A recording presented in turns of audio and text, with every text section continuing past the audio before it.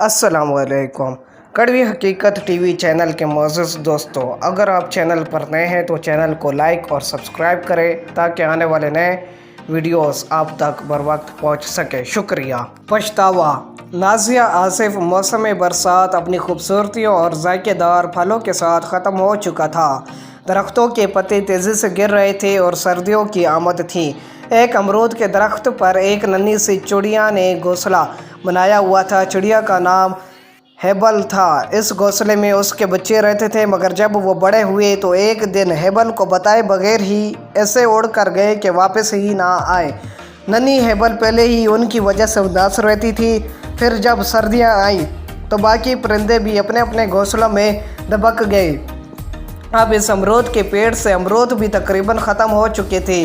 बस एक आधा अमरूद बाकी रह गया था। अमरूद के तने में चंद बड़ी बड़ी चूंटियाँ रहती थी। हेबल सारा दिन शाख पर बैठी उन चूंटियों को देखती रहती। सर्दियों में जब कभी चूंटियों का राशन ख़त्म होता तो हेबल से अमरूद मांगने आ जाती। हेबल अमरूद के टुकड़े काट कर नीचे फेंक देती कि उन्हें उठाकर नीचे ना ले जाना पड़े, और ये चूंटियाँ आसानी से अमरूद के टुकड़े उठाकर अपने बिल में घुस जाती थी। हेबल की चंद बड़ी चूंटियों से दोस्ती थी। उसकी दोस्तों में जीनी, कीनी, मीनी शामिल थी। गुज़िश्ता कई दिनों से बहुत सर्दी पड़ रही थी। हेबल को कोई परिंदा नज़र ना आता था। वह बहुत उदास थी। उसका दिल चाहता कि किसी दोस्त से बातें करे, मगर कोई भी उसे बातें करने के लिए ना मिलता था। उसने सोचा, चलो जीनी, कीनी और मीनी से मिलती हूँ, उनसे बात करती हूँ तो तबीयत खुश हो जाएगी। हेबल नीचे आई और चूंटियों के बल के बाहर आकर आवाज़ें देने लगी। जीनी बाहर आओ, कीनी मैं हेबल हूँ।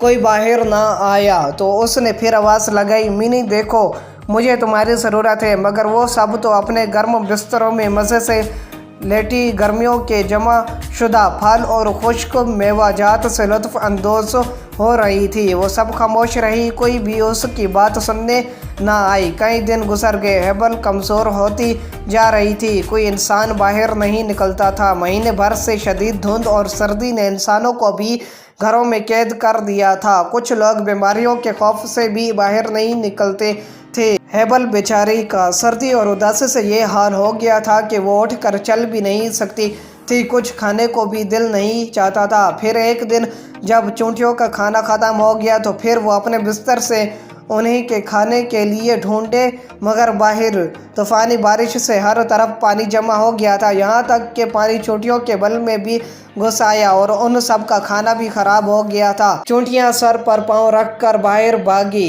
अब सिवाय पेड़ पर चढ़ जाने के उनके पास बचाव की कोई तदबीर ना थी, ना कुछ खाने को था। अब वो जल्दी से घोंसले के पास गई और हेबल को आवाज़ें देने लगी, मगर कोई जवाब ना आया। जीनी ने आगे बढ़कर देखा तो वो औंधी गिरी हुई थी। तीनों ने अंदर जाकर उसे सीधा किया, मगर वो बेसुध पड़ी रही क्योंकि हेबल मर चुकी थी। उसके पास चंद टुकड़े अमरूद के वैसे ही पड़े हुए थे। फिर उन्हें ख्याल आया कि शायद उस दिन हेबल उनके लिए खाना लाई हो, मगर उन्होंने गर्म बिस्तर से उठकर हेबल की बात सुनना ही गवारा ना किया था। अब वो सब रो रही थी। बाकी सारी चूंटियाँ भी पेड़ पर चढ़ रही थी क्योंकि नीचे सारा पानी था। अब आसमान पर बादल गरजे तो फिर बारिश होने लगी। सब ने मिलकर हेबल के घोंसले में पनाह ली, मगर अब वो बहुत ज़्यादा दुखी थी कि हेबल कितनी अच्छी थी, उन्हें खाना भी देती थी। अब वो जब मर गई तो भी उसने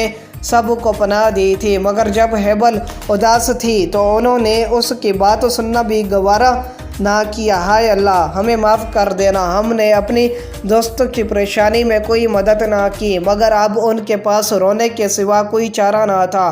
बच्चों, सख्त सर्दी में अपने आसपास का ख्याल रखें। किसी बच्चे, बूढ़े या गरीब को आपकी मदद की ज़रूरत तो नहीं, ताकि आपको भी पछताना ना पड़े।